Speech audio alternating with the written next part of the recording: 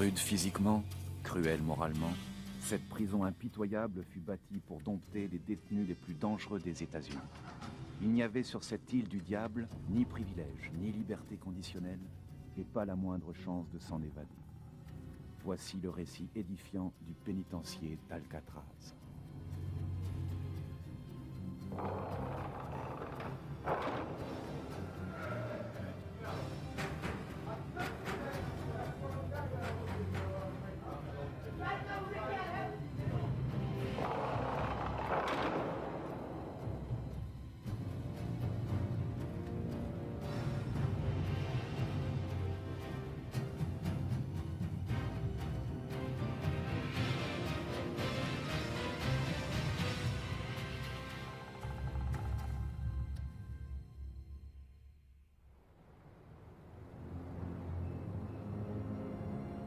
Nous sommes au pénitencier d'Alcatraz, alias Le Rocher, la plus infâme des prisons américaines, réservée aux détenus les plus notoires.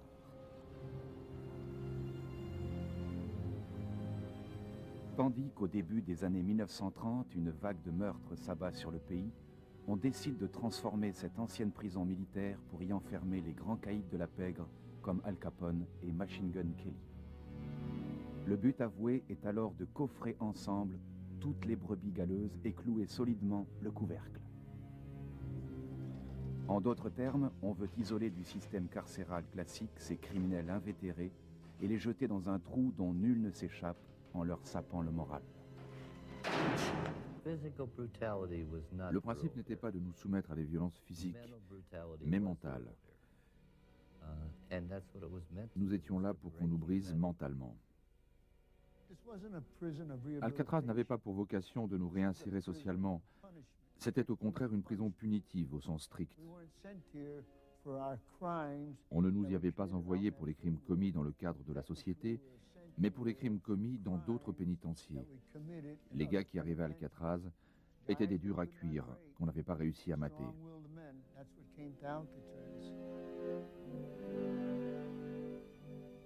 Le problème, c'est que cette prison en elle-même et son mode de fonctionnement basé sur la répression rendaient les gars psychotiques.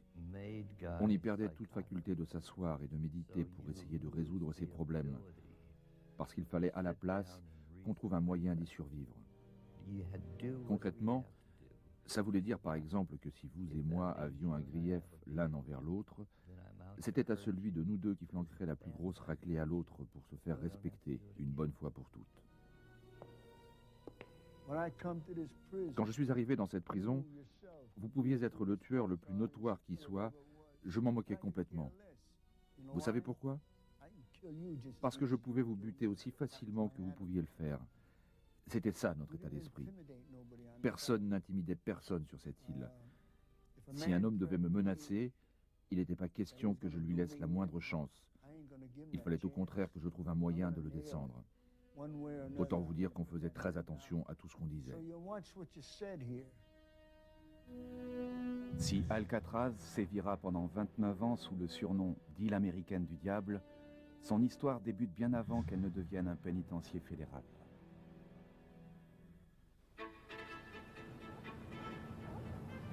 Lorsqu'au XVIIIe siècle, l'explorateur espagnol Juan Manuel de Ayala découvre la baie de San Francisco, il doit ajouter sur sa carte cet îlot aride peuplé de milliers de pélicans. Ainsi le nomme-t-il Isla de los Alcatres, l'île des pélicans. Les premiers colons de San Francisco ne prêtent que peu d'intérêt à ce caillou recouvert de fientes d'oiseaux qu'ils surnomment l'île Guano, évoquant le nom du précieux engrais. Mais l'armée américaine verra plus tard dans ce rocher un point stratégique idéal pour protéger le port de San Francisco. Aussi, en 1853, commencent des travaux titanesques pour y édifier un fort et un phare. On élève des fortifications sur lesquelles seront installés des canons pesant jusqu'à 7 tonnes et demie. On fait courir sur plus de 500 mètres un mur d'enceinte de 6 mètres de haut. Le sommet arrondi du rocher est aplani afin d'accueillir les bâtiments d'une caserne appelée la Citadelle. Fin 1859, le poste militaire de l'île d'Alcatraz entre en service. Dans les années 1860, Alcatraz était le nec plus ultra des forteresses militaires. Quand la guerre civile américaine s'est terminée, Alcatraz pouvait se targuer d'avoir à son sommet 129 canons. C'était plus que l'armement combiné des deux plus grands forts de la côte Est. 5 de ces canons pouvaient projeter à 5 km des boulets de 40 cm de diamètre, pesant chacun 200 kg. Comme tout fort militaire, Alcatraz possède son corps de garde réservé aux soldats désobéissants. Rapidement, l'armée s'aperçoit qu'on peut agrandir cette prison pour en faire le quartier de haute sécurité des récidivistes. En 1861, Alcatraz devient ainsi la principale prison militaire à l'ouest du Mississippi. Elle abritera bientôt jusqu'à 600 détenus à la fois. Sa population ne cessant d'augmenter, on y construit un bâtiment de bois aux cellules aussi minuscules que des cagibies. Au début du XXe siècle, le fort a beau être devenu obsolète en tant que position de défense, sa prison continue de prospérer. Si 1907 voit la fermeture officielle de Fort Alcatraz, on y construit des bâtiments ultramodernes pour l'époque qui évolueront vers le pénitencier fédéral d'Alcatraz. Connu à l'époque comme la plus grande structure de béton armé au monde, le bâtiment pénitentiaire abrite 3 blocs carcéraux de 3 niveaux de cellules chacun. Il est destiné à accueillir 600 prisonniers, un par cellule. Chaque cellule dispose d'eau courante, d'un WC et d'un système de ventilation mécanique. À l'extérieur, un escalier de fer en colimaçon accède aux 3 niveaux.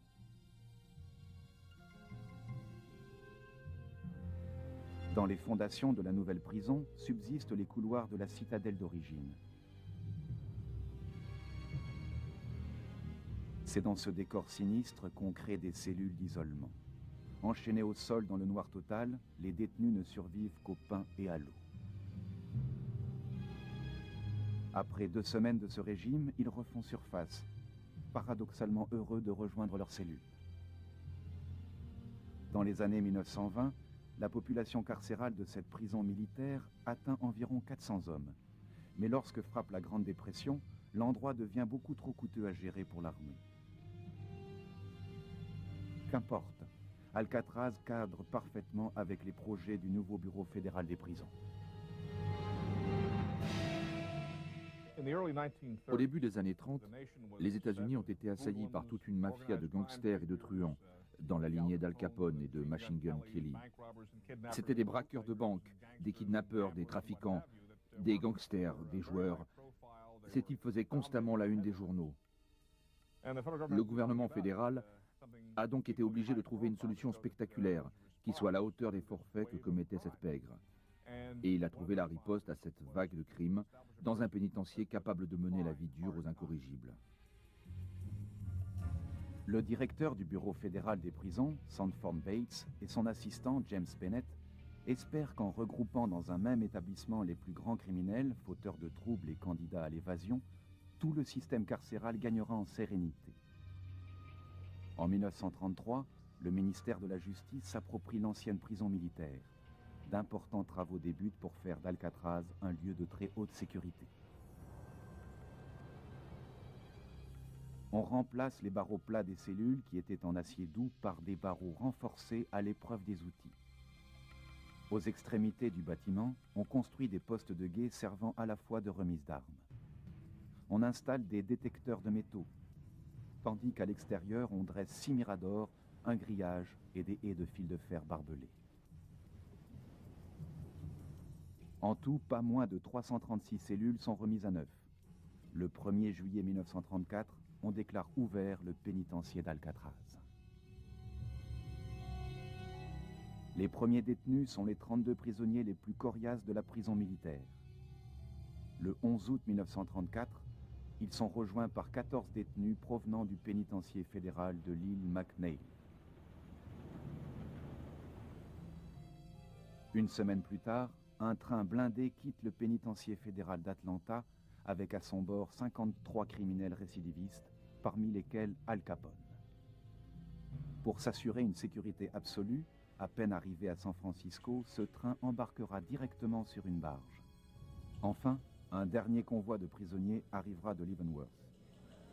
Parmi les 102 hommes se trouve Machine Gun Kelly ou Kelly la mitrailleuse. Commence alors l'audacieuse expérience. Toute l'Amérique attend de voir si Alcatraz réussira à maîtriser 200 prisonniers parmi les plus dangereux qui soient.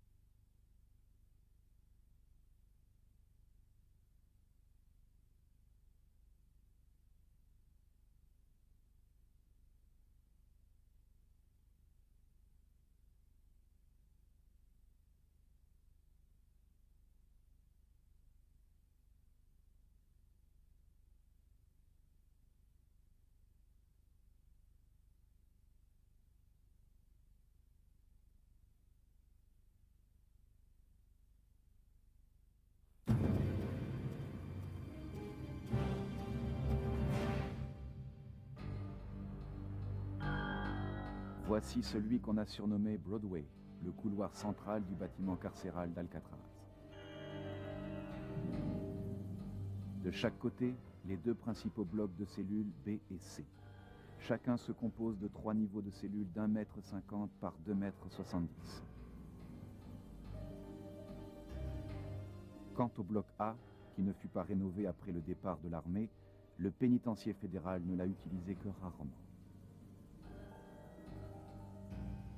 Le bloc D devient le bloc de l'isolement cellulaire. Warden James Johnston applique à la lettre les règles draconiennes fixées par le bureau des prisons. Comme on l'avait espéré, l'écho des pénibles conditions de détention dans ce nouveau pénitencier se propage bientôt à travers le système carcéral américain.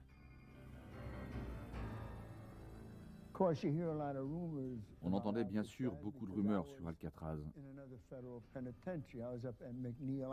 Moi, j'étais détenu au pénitencier fédéral de l'île McNeil. Et pendant à peu près 10 ans, on m'a menacé de m'envoyer à Alcatraz. Sauf qu'à l'époque, je m'en moquais complètement. Rien ne pouvait me faire peur. Je leur ai même dit où ils pouvaient se le mettre, leur Alcatraz. Léon Whitey Thompson, dit Léon Leblanc, qui avait écopé de 15 ans pour braquage de banque, arrive à Alcatraz en 1958. Un jour, je me suis fait passer à tabac par deux gardes de la prison McNeil, qui m'ont salement amoché. À partir de ce jour, ma seule envie a été d'en trucider un, sinon les deux. Peu importait à l'époque que j'y passe moi aussi, il fallait que je me les fasse. Et c'est ça qui m'a amené à Alcatraz. Jim Quillen, lui, a été condamné à 45 ans de réclusion pour enlèvement. En 1942, on le transfère à Alcatraz, où il restera 10 ans. On m'a envoyé dans ce pénitencier parce que j'avais seulement 22 ans et que je m'étais évadé de toutes les prisons où on m'avait mis. J'étais plein d'amertume, de rage et d'envie de me battre. Il n'était donc plus question qu'on me garde au sein d'une institution qui visait essentiellement à réinsérer les détenus. Je n'étais tout simplement pas prêt pour ça. Dès leur arrivée à Alcatraz, tous deux sont soumis à d'incessantes méthodes déshumanisantes. Ils ont commencé par essayer de nous humilier. Ils nous ont amenés au parloir, où je n'ai d'ailleurs jamais eu la moindre visite. Ils nous ont arraché nos tenues de prisonniers de la prison McNeil. Ensuite, ils nous ont fait un toucher rectal. Vous savez ce que c'est qu'un toucher rectal, j'imagine. Sauf que là, c'était plutôt fait pour nous humilier. Nous n'avions eu aucun contact avec l'extérieur pendant notre trajet depuis le pénitencier fédéral de l'île McNeil.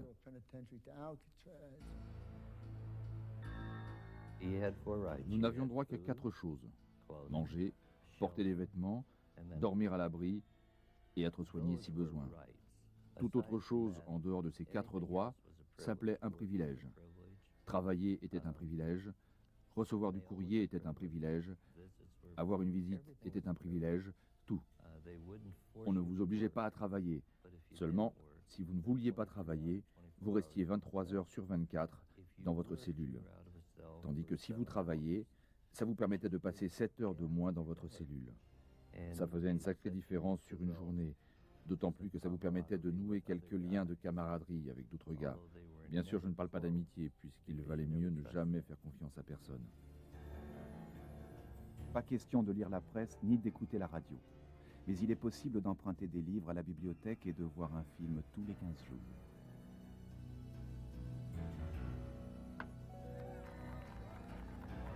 Quant aux loisirs en plein air, ils ne sont autorisés que 2 heures tous les week-ends. Un détenu qui enfreint les règles perd ses privilèges. S'il commet un délit plus grave, on l'enferme 24 heures sur 24 dans une cellule du quartier d'isolement. Et pour des infractions plus graves encore, on le place en isolement total, autrement dit, au mitard. Jusqu'en 1939, Warden Johnston utilise à cet effet les cachots de l'ancienne prison militaire. Mais 6 cellules spéciales finissent par être construites dans le bloc D. On les appelle bientôt le trou. Chaque fois que j'entrais au trou, c'était pour y rester 19 jours d'affilée. 19 jours sans me laver les dents, sans prendre une douche, ni changer de vêtements. La politique du bureau des prisons voulait qu'on ait droit à la lumière du jour. Mais c'était faux. On restait plongé dans le noir total.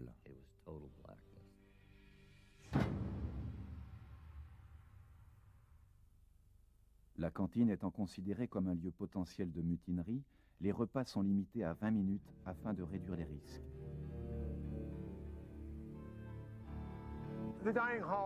Les règles étaient aussi strictes à la cantine que partout ailleurs dans Alcatraz. Les gars avançaient en double file jusqu'au comptoir de service et allaient ensuite s'asseoir avec leur repas. Il fallait qu'ils mangent tout. S'ils ne mangeaient pas tout ce qu'ils avaient dans leurs assiettes, ils étaient carrément privés de repas suivants. Les couverts devaient être obligatoirement reposés sur la table.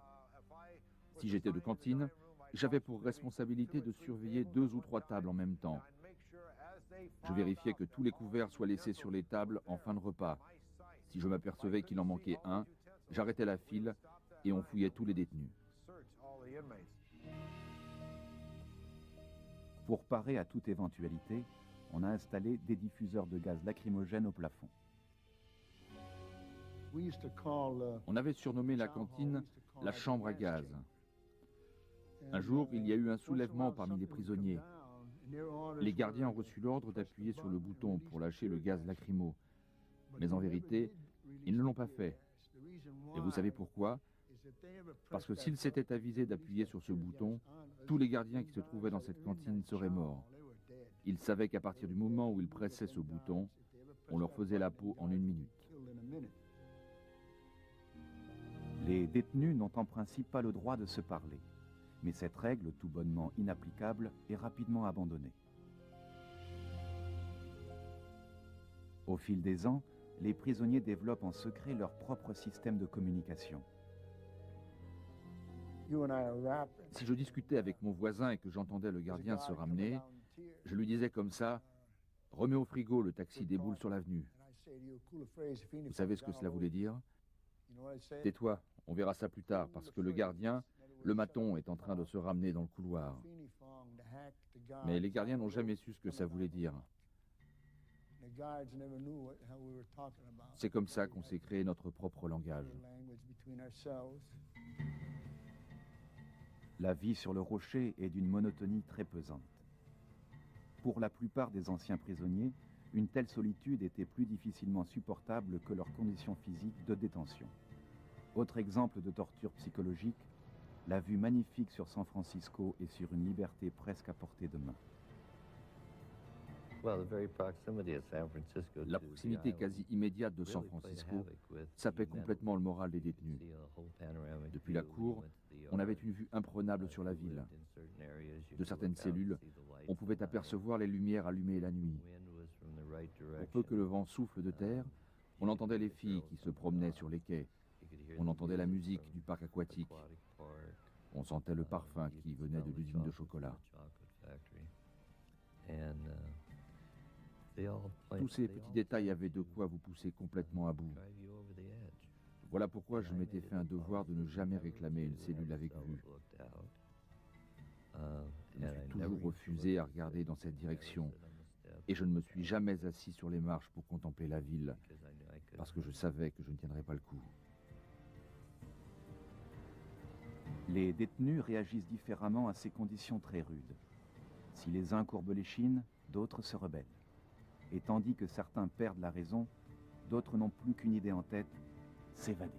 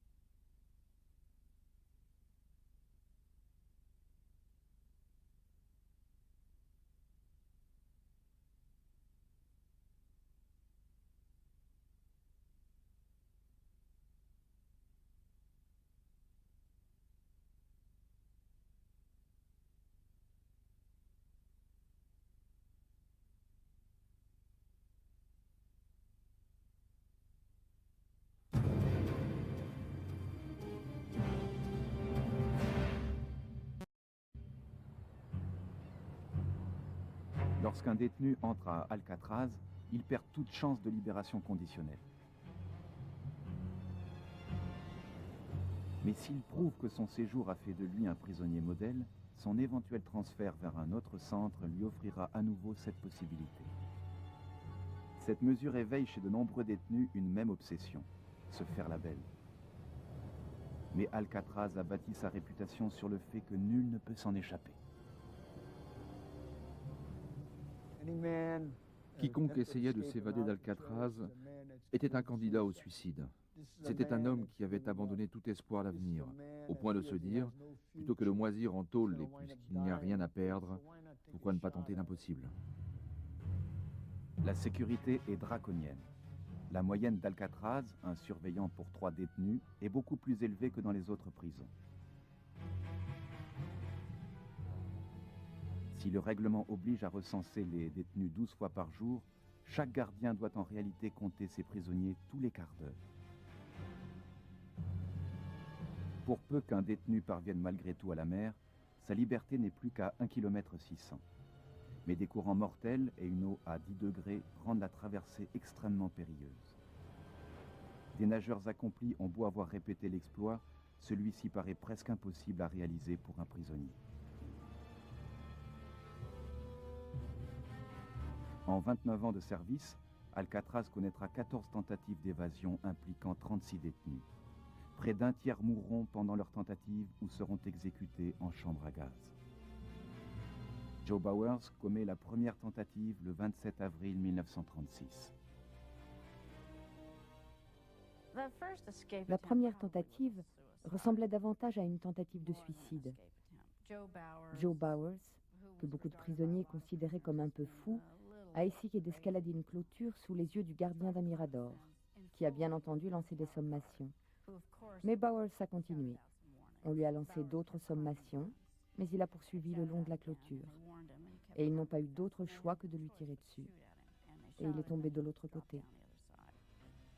Jim Quillen a lui aussi essayé de s'évader.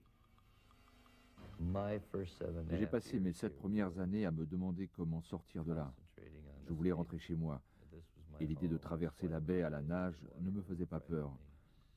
J'étais bon nageur, je n'avais que 25 ans, et j'étais persuadé que je pouvais faire la traversée. Je reste persuadé que j'aurais pu le faire. Il compte s'enfuir par un conduit passant sous la cuisine. Ça faisait moins d'un mètre de côté. On ne pouvait même pas se retourner. Tous les tuyaux de vapeur brûlante provenant de la centrale électrique passaient par ce tunnel. Il y faisait quelque chose comme 60 à 70 degrés. On pensait pouvoir rejoindre la centrale et de là descendre jusqu'à la mer. Seulement, ils avaient été plus malins que nous. Ils avaient coulé un mur d'1,50 m d'épaisseur entre le tunnel et la centrale. Pris sur le fait, Quillen passera 19 jours au trou, puis 1 an au bloc D. La tentative d'évasion la plus sanglante fera la une des journaux. En mai 1946, 6 détenus prennent 9 gardiens en otage dans le bâtiment principal. Ce violent épisode, qui fera 7 morts, restera dans les mémoires comme la bataille d'Alcatraz. À l'origine de cette malheureuse initiative, Bernard Coy, un braqueur de banque du Kentucky, obsédé par l'idée de s'évader. Il pense que les barreaux de la réserve d'armes gardée par un surveillant sont plus fragiles qu'ailleurs.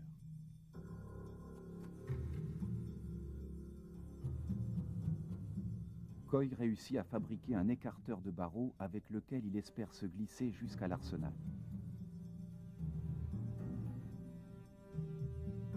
Son travail de planton, assurant la liaison d'un service à l'autre, lui permet d'observer et de mémoriser les habitudes des surveillants, en particulier les allées et venues de l'officier Ernest Lagerson. Mon père était l'officier en charge de la surveillance. Coy avait choisi de se faire la belle quand mon père irait déjeuner, parce qu'à ce moment précis, il n'y avait plus qu'un seul fonctionnaire de garde au rez-de-chaussée du bâtiment. Le 2 mai, vers 13h40, Coy passe à l'action. Avec Marvin Hubbard, il maîtrise le seul garde en faction et libère de leur cellule 4 autres complices. Puis, Coy escalade le grillage jusqu'à la réserve d'armes, en écarte les barreaux et s'y glisse. Il surprend le surveillant en poste et le désarme, avant de s'emparer d'un fusil et de toutes les clés qu'il trouve. Malheureusement pour lui et ses amis, la seule et unique clé ouvrant la porte du bâtiment ne fait pas partie du trousseau. Les évadés ont beau essayer chaque clé, rien n'y fait. Les verrous avaient été conçus de sorte que si on y insérait une mauvaise clé, ils se bloquaient. À force d'y insérer des clés qui n'étaient pas les bonnes, ils ont fini par détruire le verrou et par perdre tout espoir d'ouvrir cette porte. Pendant ce temps, l'ancien ennemi public numéro 5, Joey Kretzer, et les autres évadés prennent en otage les gardiens alertés par le tapage.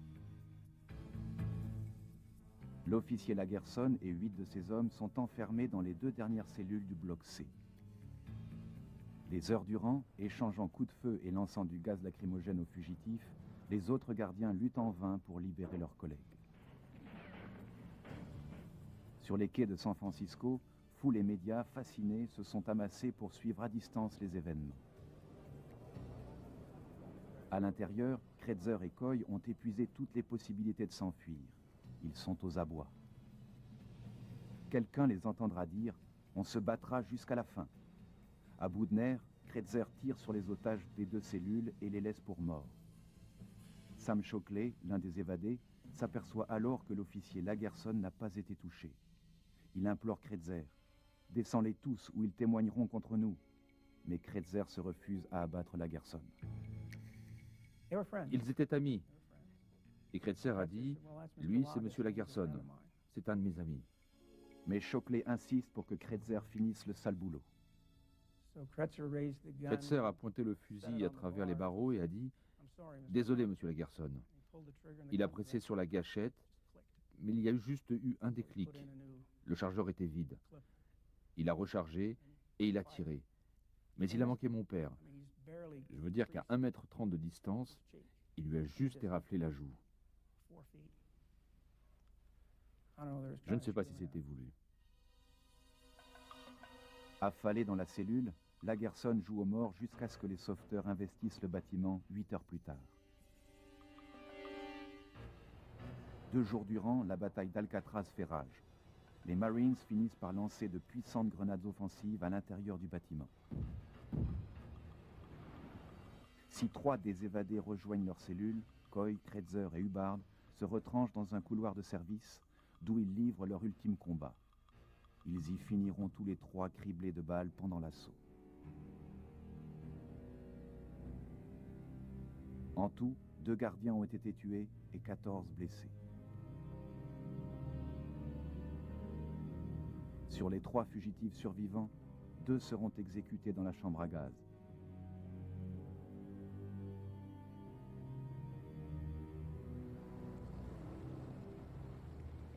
Nul ne tentera de s'évader d'Alcatraz pendant les 10 ans suivant cet effroyable épisode.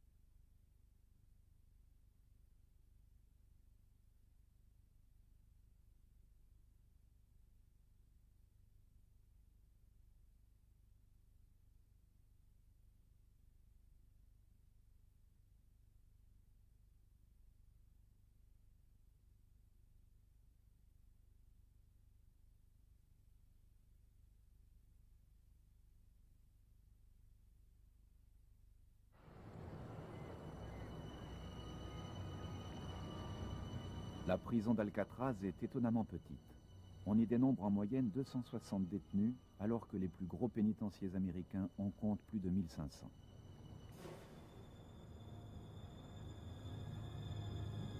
Au cours de son histoire, 1545 hommes au total auront eu le privilège discutable d'y séjourner.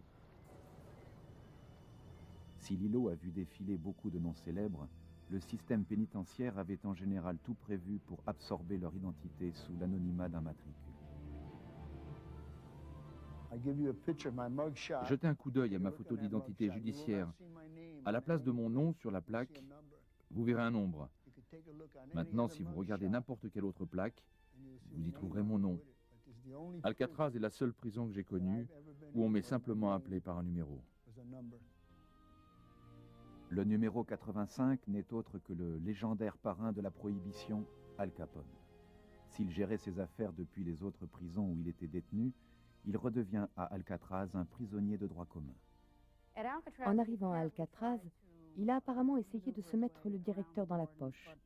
On lui a évidemment interdit toute manœuvre et il s'est vu assigner le rôle de balayeur de son bloc, ce qui pour moi est l'une des tâches les plus ingrates, parce qu'on ne sort pratiquement jamais du bâtiment. À son arrivée en 1934, Capone est déjà mentalement atteint par sa syphilis grimpante. En 1939, les ravages sont tels qu'on préfère le libérer sur parole. Le numéro 117 est George Machine Gun Kelly. Il a fait partie du premier convoi de prisonniers provenant de Leavenworth. Issu d'une famille aisée de Memphis, il a suivi des études supérieures. Pendant la prohibition des années 20, il passe de contrebandier d'alcool à braqueur de banque afin d'impressionner sa petite amie et future femme, Kate Shannon. En 1933, le couple est reconnu coupable de l'enlèvement contre rançon du milliardaire Charles Herschel. Sa détention à Alcatraz va métamorphoser George Kelly. Kelly a sûrement été le meilleur détenu qu'on ait eu à Alcatraz. Il donnait plus l'impression d'être un directeur de banque qu'un braqueur. Sa façon d'agir, de parler, de s'habiller aussi. Comme il travaillait à la lingerie du pénitencier, il en profitait pour repasser impeccablement ses vêtements. C'était un gars charmant, très sympathique.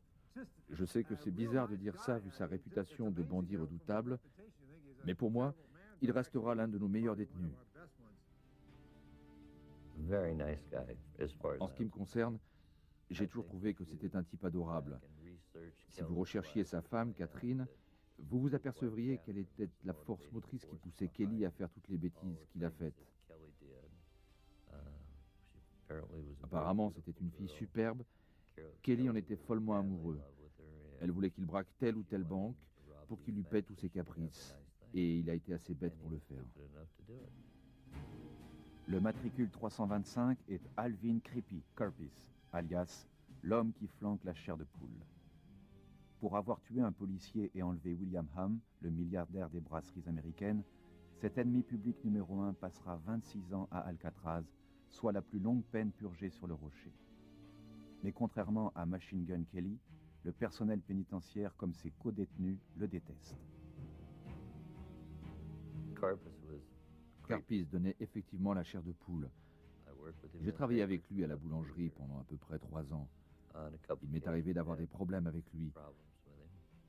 On lui aurait mis un revolver entre les mains. Cet homme pouvait devenir extrêmement dangereux. Mais en tant qu'individu, d'homme à homme, il n'était pas dangereux. Le matricule 594, Robert Stroud, alias Birdman, l'homme-oiseau d'Alcatraz, est lui aussi célèbre. Son histoire baigne dans la légende. Il n'a en effet jamais eu d'oiseau à Alcatraz. Le pénitencier de Leavenworth l'a bien vu élever des volatiles, faire de la recherche et écrire des livres.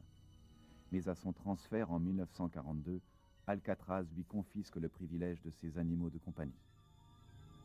En réalité, Stroud est tout sauf l'attachant gentleman incarné au cinéma par Burt Lancaster dans Le prisonnier d'Alcatraz.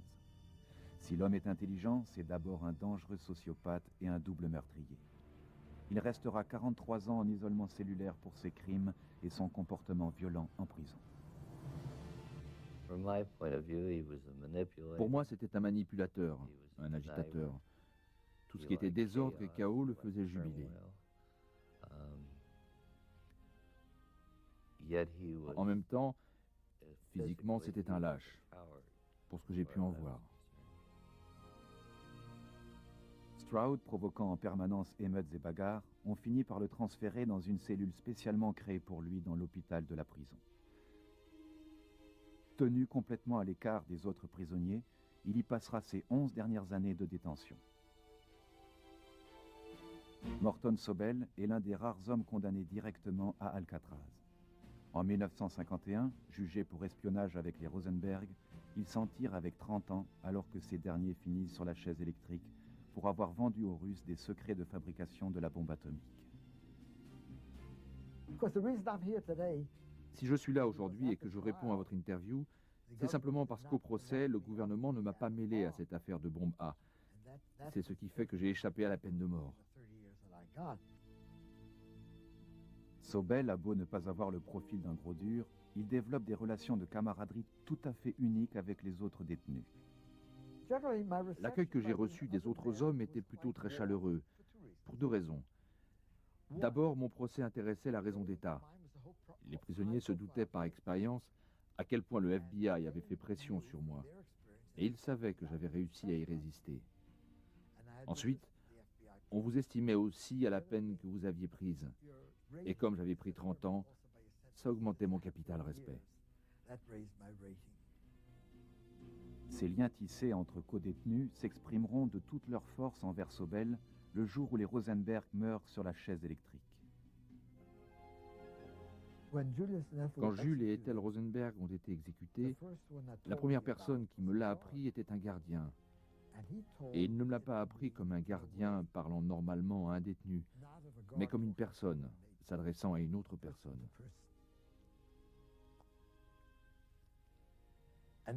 Le lendemain matin, quand je me suis levé, tous les prisonniers étaient au courant de ce qui s'était passé.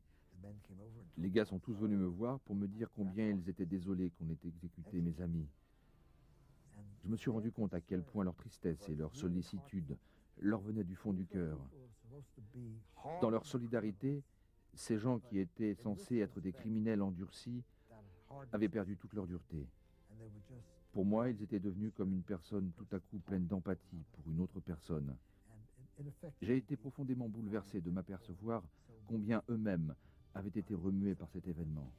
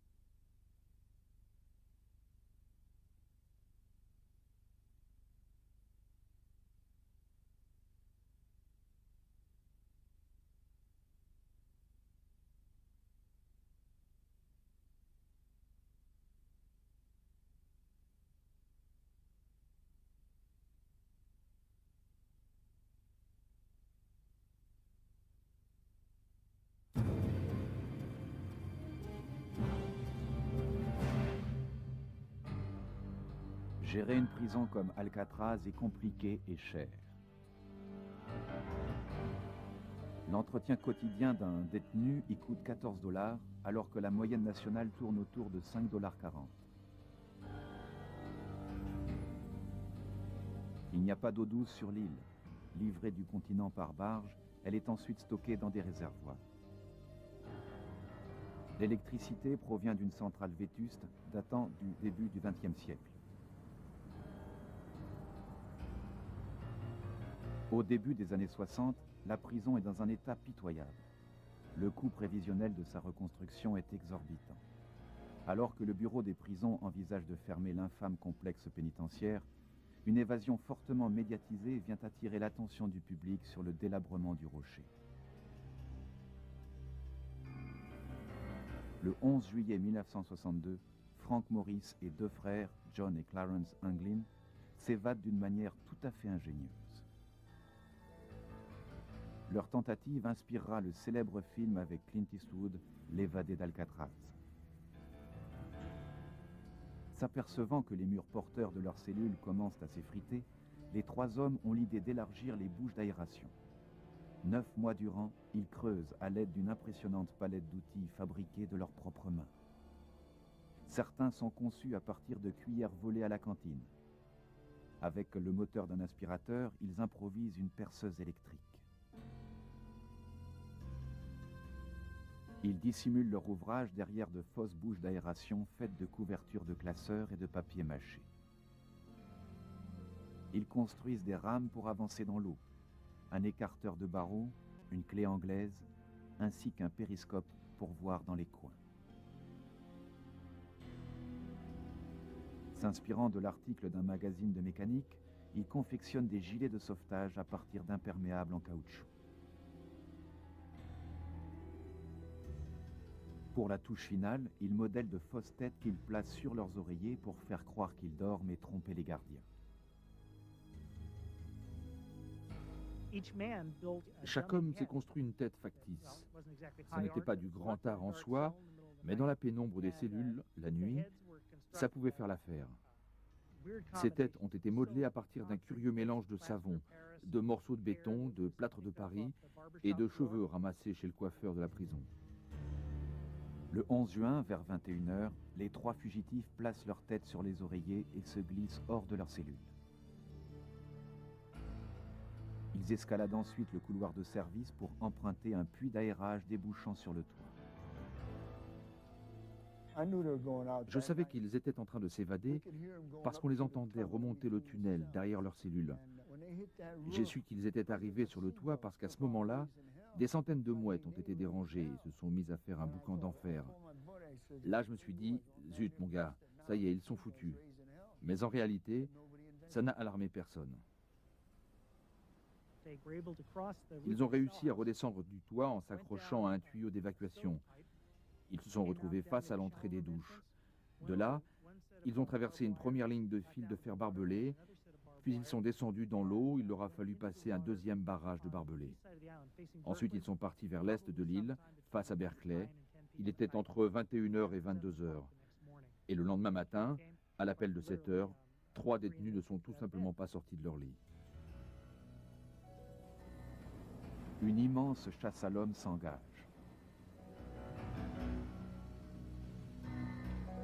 Plusieurs jours plus tard, la mer dépose sur le rivage des outils ainsi qu'un sac plastique contenant un mandat-poste au nom d'Anglin. Mais à ce jour, les fugitifs n'ont jamais été retrouvés. Si tous trois ont été déclarés disparus, présumés noyés, officiellement l'affaire reste ouverte. J'aimerais être assis ici et pouvoir vous dire que Maurice, Johnny et Clarence ont réussi. Mais je sais au fond de moi qu'ils n'y sont pas arrivés. Leurs squelettes sont probablement toujours quelque part dans cette baie. En 1963, le ministre de la Justice, Robert Kennedy, ordonne enfin la fermeture du pénitencier d'Alcatraz. Le dernier détenu quitte l'îlot le 21 mars de la même année.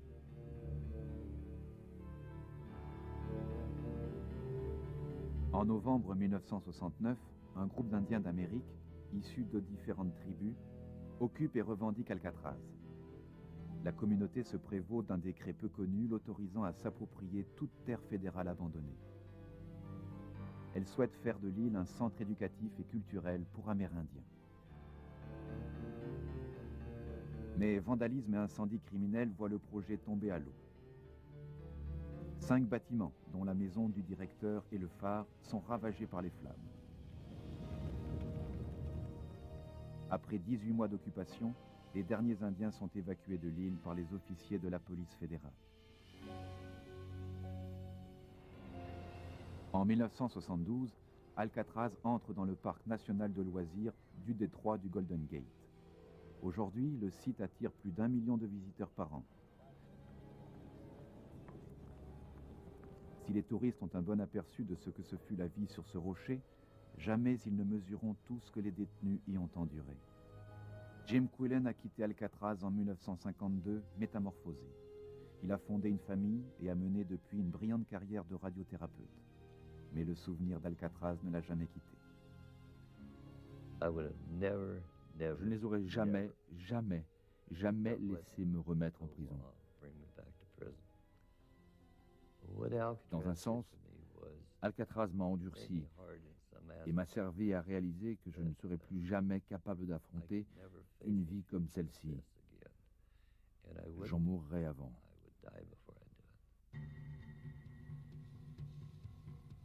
Whitey Thompson aura passé 24 ans en prison, plus de 5 à Alcatraz. Depuis sa libération, il a donné des conférences aux jeunes pour les mettre en garde sur l'horrible réalité des prisons. Si Thompson a reçu un pardon officiel pour ses crimes du passé, il l'a toujours refusé. Ma vie s'est arrêtée sur l'obsession que j'ai de tous ces employés de banque, de ces gens qui m'ont vu faire irruption et les malmener du bout de mon fusil à double canoncier. En quoi leur vie a-t-elle été réellement affectée toutes ces années plus tard? J'ai interrompu, j'ai brisé leur vie alors que je n'avais aucun droit de le faire. Pour qui je me prendrais, moi, d'accepter un pardon alors que je n'ai jamais pu leur demander pardon? C'est la seule chose qui me mine. Aujourd'hui, j'ai 74 ans et je repense à ces gens que j'ai traumatisés.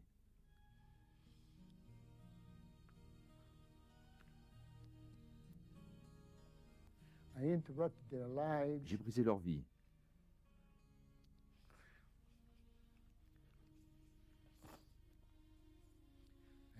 Je n'avais pas le droit de commettre de tels actes.